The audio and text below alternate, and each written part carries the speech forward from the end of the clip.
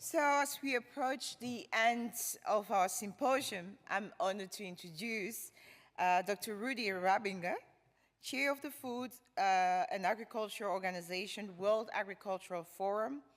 Dr. Rabbinge is a renowned expert in sustainable agriculture and food security, and he will provide our closing remarks. Please give him a big hand as he walks to the stage.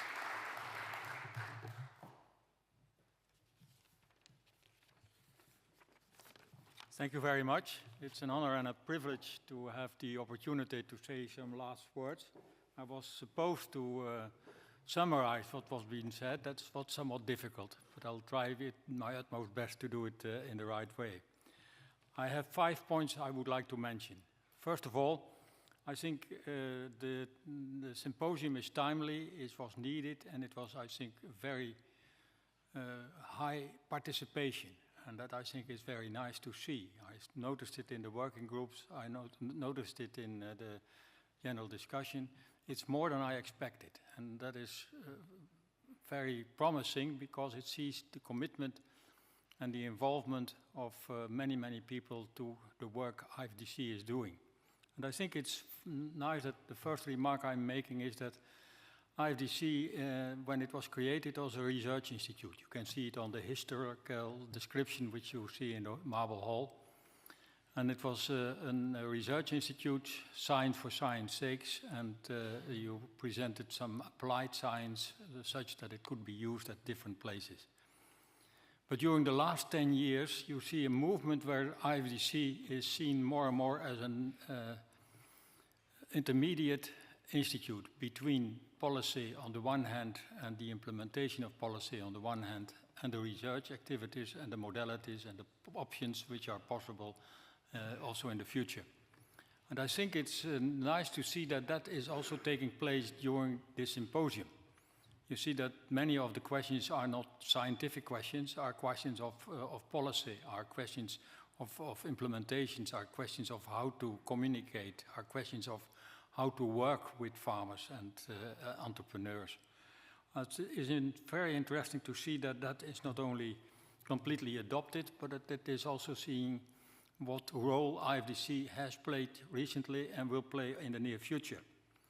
And I think that is not only encouraging, but it is also very timely that that is happening. And I'm very confident that the new chair, under the leadership of the new chair and the CEO, everything will be done to have a discussion of where to go in the future. And it was nice to have two predecessors. I think that Tom Koen and Josephine were excellent during the last year of running the board. So I would like to thank them for that. But once more, I would say that this first remark is the nature, the characteristic, the way IFDC is functioning is different when it was created in Kissinger, and it was different from the international organization it became in 1977, when that was decided by Carter. And I think that the IFDC is fulfilling everything you could expect, and it is more and more tuned to what is needed and what is desired by the ultimate users. That's the first remark. The second remark is the role IFDC also is playing in Africa. We're all aware that the situation concerning food availability and food security is in fact mainly a question at this moment from sub-Saharan Africa and South Asia. And there is an enormous demand for the activities also of IFDC. And it is nice to see that a lot of the discussions which take place now took also place some years ago. Josephine was mentioning 2007. And now there's not much of a difference. There is a difference, but it is also very important to see what has been diagnosed some years ago, 24 years ago, mainly when I was asked by the then Secretary General of the United Nations, Mr. Kofi Annan, to lead a group looking at the reasons behind the awful situation which was arising in Africa. Food security was a serious problem, and it was very clear that it would be a chronic problem. So we were asked then to do a study on why there was no green revolution in Africa. It took place in the 50s in Western Europe. It took also place in the United States. Discontinuity in productivity rise up from 5 to 8 kilograms per hectare per year to 150 kilograms per hectare per year. That was a dramatic effect. And it has created in China and in India an enormous increase of food and an elimination at many places of hunger, chronic hunger. But that is not the situation in Africa. So he was asking to give us an advice. We did a study and we came to the conclusion that in the report was realizing the promise and potential of African agriculture. And it was interesting to see when I had to report on this activity to Kofi Annan. I had to go to New York and to explain what we were doing. Normally, as a scientist, if you write a report for a policymaker, they read the press release and the executive summary, and that's it. Not so with Kofi Annan. He said, on page 45 you're saying this, and on page 55 you're saying this. What is that? And then I had to explain. And then I said, you're reading the whole book. Yes, of course I'm reading. It's my continent. And so we have to create a situation where that is better. And so we came with a lot of recommendations. Science and technology that is tuned to the specific needs,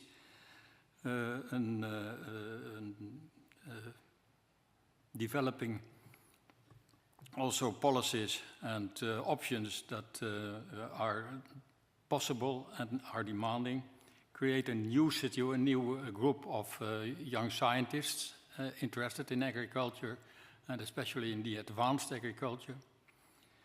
There were also some other recommendations on the political will, also during the meetings which we had today, very often meant, but it was interesting. The political will is something which can be demonstrated very clearly. When I reported on this report in 2004, that's a long time ago, and there were the presidents of Africa were together in a meeting 1 year after Maputo, when they had declared that they were going to upsurge the investment in agriculture. We reported, and I gave the recommendations, the analysis, and then they said, the majority of the presidents of Africa say, that's what we're going to do. We have to do it. And then they asked me a question. They said, who's going to pay? Is Europe going to pay? I said, for certain Europe is going to pay, but you have to pay first. You have to realize you're spending 2.5% of your gross national product in agriculture. In the OECD countries, which are industrialized or service economies, they are spending at least 10 to 15%. And you are agriculture nations and you're spending 2.5%. That's much too low. You have to increase that up to a level as indicated in the Maputo Declaration, to 10%. And then they said, yes, that should happen. But up till now, only a few countries have been successful in increasing their budgets such that they are fulfilling what is needed. So I think it's important to realize that there is much more to do, and there again, an independent organization, neutral, not policy dominated, but with a lot of knowledge and understanding, such as IFDC, can make clear what programs will be successful, as we have demonstrated during the last period with 2Scale, for example. And the leader of 2Scale was also leading the discussions here. And you see why she's doing such a good job in Western Africa. That's, I think, the second point. That's the role of IFDC in this part of the world, in Africa. The third point I would like to make is that it is very clear that there are megatrends in agriculture. And I call 6 megatrends. The first is productivity rise. You see it happening at different places. Just to illustrate, I'm from the highest productive area of the world, from the Netherlands. And for example, during the last 30 years, the yields in potato in the Netherlands has increased from 20 ton to 80 ton per hectare. so fourfold. And the external inputs in terms of fertilizer and pesticides and things like that has decreased at least 50%. So you see that the efficiency and effectivity has increased considerably due to the fact that we better understand and that it is possible. And André was illustrating it very clearly. There is an urgent need to do that. And he has also explained in his contribution how dangerous it is if you are not investing. Then you're creating a situation where uproar, where chronic hunger will increase substantially. So there's an urgent need to do things around this thing. That's the productivity rise. Second, more objectives count. It's not only productivity, but it's also the environment, it's the landscape, it's the social circumstances, fine-tuned to, for example, the villages in which you're working. The third mega trend is the character of agriculture. It is much more science-driven and science-based on understanding, and it is not just an activity which goes from mother to daughter or from father to son. It's more than that. It requires much more understanding, and then you can fine-tune, you can make use of the most advanced systems, also of drones and robots or whatever. But that's the possibility, and that's happening nowadays. That's also the third mega trend. The fourth mega trend is that health and agriculture are more and more connected. That's also a way IFDC can generate money, because you have the preventive medical care, which is possible, but also many medicines are produced by plants. And that's another direction which is, I think, very important and as a mega trend. And then the fifth mega trend is the mega trend of the socio or the bio-based economy. Many of products which we nowadays are consuming and producing, and especially in Africa, are based, in fact, on the petrochemical industry. But the biochemical industry has a lot of things to offer for medicines and for other things. And there see an enormous potential also in African countries. And then the last activity which I should mention, and as a mega trend, that is in fact that you see that the fine-tuning has a lot of payoff in terms of the environment. So I think it's very nice to see that that is happening. During our discussions this afternoon in the different groups, it was very clear that there was a need for a roadmap. There is a need for a systemic approach. There is a need for the farmers to see the farmers not only as producing the food for their own family, but that they are becoming more and more an entrepreneur. Not immediately very large companies, but at least that their attitude is different. And that is happening at different places. If you go there, we are discussing innovation, and then the basic thought is that that is developed in a laboratory or in a university, and it's transferred through implementation to the practical work. But 50 to 70% of the innovation is from the farmers' fields and the farmers themselves. So I think it is very important to be realistic there and to understand what is happening. So there are a lot of recommendations which were done, which are very stimulating, and I presume that that is being used in the discussions which will take place in the board to see where to go in the near future. And what is needed, that was also mentioned very often in our discussion this afternoon, that you need a kind of a unifying approach, and a unifying methodology and a unifying concept. Unifying concepts because that is helpful in if there is not a stable environment, a level environment in political circles, then you have with a unifying methodology, a unifying approach, unifying concepts, and probably also a unifying leader that is most helpful to develop things further. And I'm convinced that that's the way to go. Then you will have stability, which is urgently needed, and also for long-term investments that is required in order to reach a situation where sustainability is no longer seen as a buzzword without content, but where it is becoming a realistic activity because you're doing more with less. You create situations where less land is used for agriculture, but more land is available for nature conservation and biodiversity. Those are the directions, and that's the vision which I think should be further developed and translated in an updated, upgraded mission of IFDC. And I'm confident that that's going to happen. So I have hope and I have expectations, and they are based on realistic insights and realistic understanding. And I am convinced that if we are going in that direction, there's a bright future for IFDC. But more importantly, there is a situation where hunger is no longer a problem. And it is not for nothing that the Nobel Prize for, in 1970 handed to Borlang.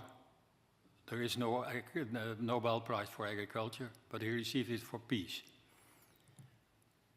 Good food, always available, accessible, and of a very good for your health. That's needed, and it can be delivered. And there is the role of IFDC in the developing world.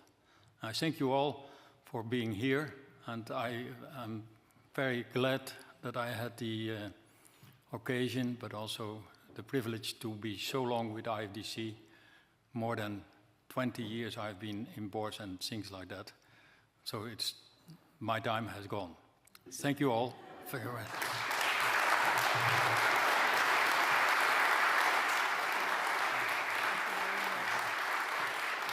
Thank you very much, Dr.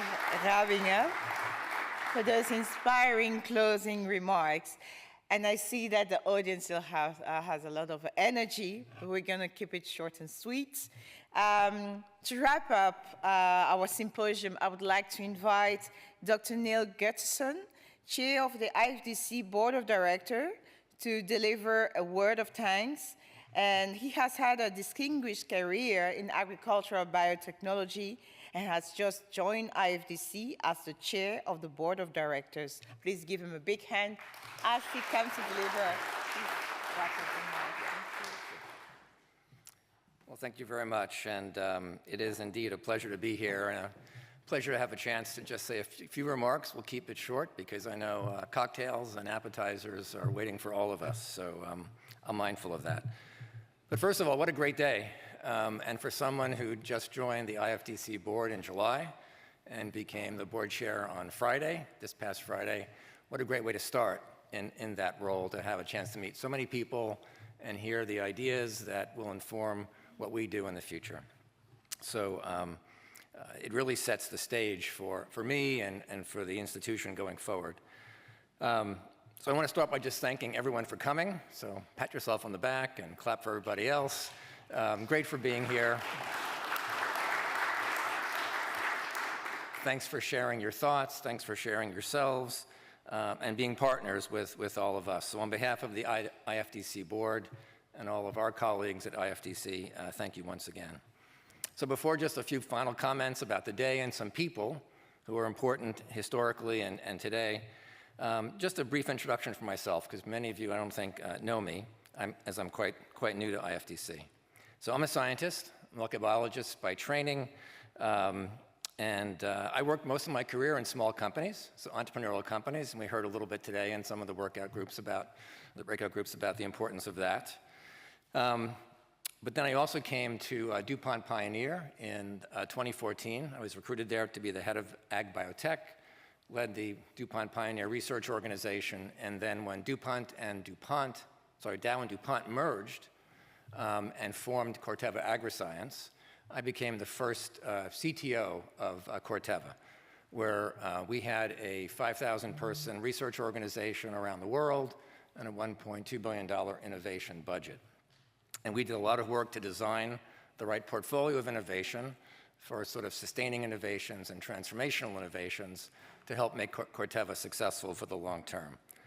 So I come with a lot of passion for innovation and passion for the mission that we have here at IFDC and I think all of us in this room together.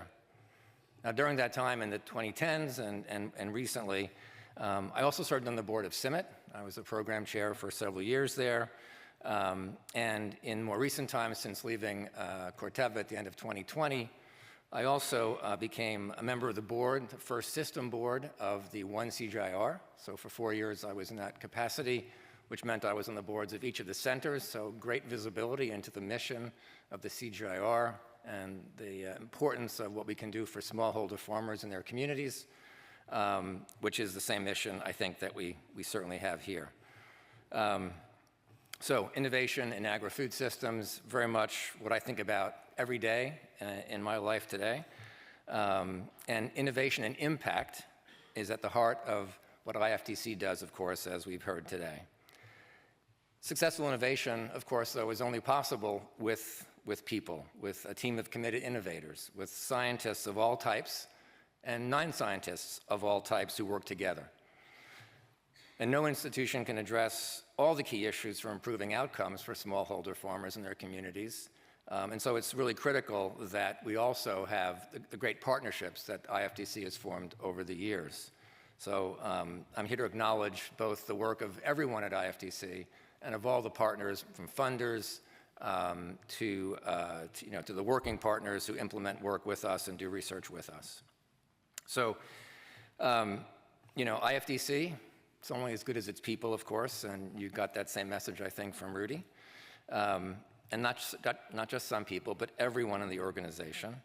And it's true that in every organization, despite the fact that we need everyone, there are champions who stand out and lead the organization at different times.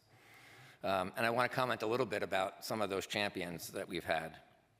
So, again, those champions are only as good as the teams they lead, in my view, but they have a unique role to play. So first of all, reflecting on our history at IFDC, I just want to acknowledge, Norman Borlaug, who the Green Revolution we've heard about today, of course, and how successful that was.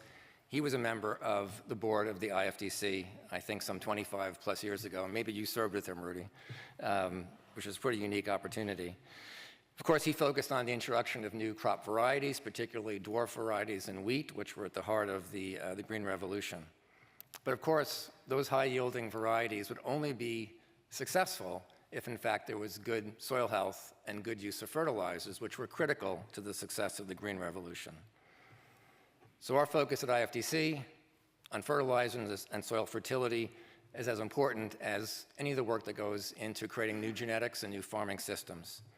And so the key areas that we think about: better technologies and the next generation of plant fertilizers and plant nutrients, the catalyzing of farm productivity, of course, which has been the theme today, linking farmers to input and output markets for agribusiness so that the markets are ready for the increased productivity, and of course the supporting policy and enabling environment.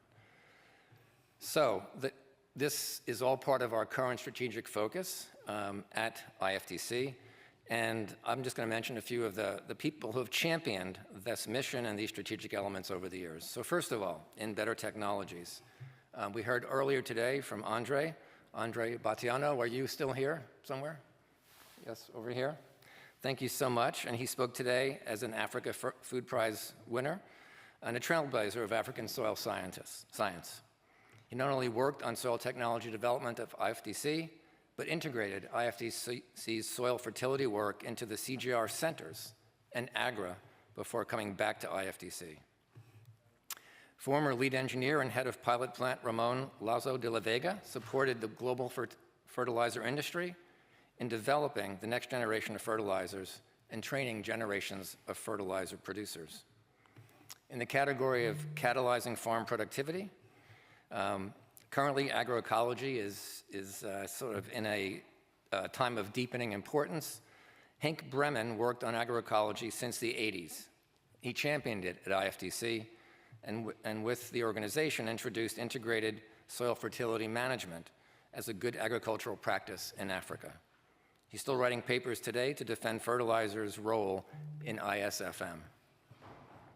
Ishrat Jahan led IFDC into Bangladesh and represented IFDC in Asia, reaching millions of farmers with new fertilizer technologies such as the urea deep placement technology, a really major contribution to food security. Under market systems development, well, market systems development is now our bread and butter. 25 years ago, Arno Mottman was working on agribusiness cluster development, market systems, as you might think about it today, an approach that linked millions of African farmers to input and output markets and created rural wealth and prosperity. And lastly, I talked about enabling impact, and Balu Bum, an IFDC economist, helped African governments and regional economic communities to develop fertilizer policies necessary to support the development of the fertilizer sector. These are just a handful of names from the past, and there are, of course, many, many more we could mention, and time won't allow for that. But just a few more as I finish up. Donald McCune, our founder, Travis Hignett, early head of research and the father of fertilizer technology, David Rutland, who worked in the background but made very significant impacts, former president and CEO Amit Roy, who led IFDC into the 21st century. And last but not least of all, I'll mention again Rudy Rabbinge, who contributed 2 10-year stints to help IFDC become the institution it is today. So thank you, Rudy. All these and more people contributed to what we have today in our 4 pillars of IFDC's approach and strategy to feeding the world. Again, I want to thank everyone at IFDC for their impact and, again, remind you, making our soils more productive, helping our farmers to farm better and produce more, moving farmers out of poverty to invest in their own families and their communities and their soils, and supporting governments. And IFDC, the board institution, is grateful to our funders, institutional investors, and the industry for their support over the years. And to those people for trusting us to deliver on our common strategic objectives. So I also want to thank not just our funders, but also our all too numerous to mention innovation partners around the world with whom we share a common purpose and to whom we bring our expertise in soil health and crop nutrition. So as I wrap up and we get ready to go spend some time together over cocktails and appetizers, I want to share with you that we'll be refreshing and resetting our strategy as we head into 2025. We today have a strategy that was initiated in 2020 through 2030. We're now halfway through that current strategy. So it's a natural time to step back and refresh the strategy, see what's been working, and reset the strategy going forward. And to see how we can continue to best address food security through our focus on soil health, crop fertility, and fertilizer use. So, in wrapping up, I invite all of you to join us in this process to make sure that our new strategy is informed by the needs of our stakeholders and their own constituents. And really, this day is the beginning of that journey, and we'll spend time as a board tomorrow starting that process. So I look forward to getting to know more of you through the process and getting to talk about the strategy and the day in the cocktail hour to come. So thank you again for coming, and have a good evening.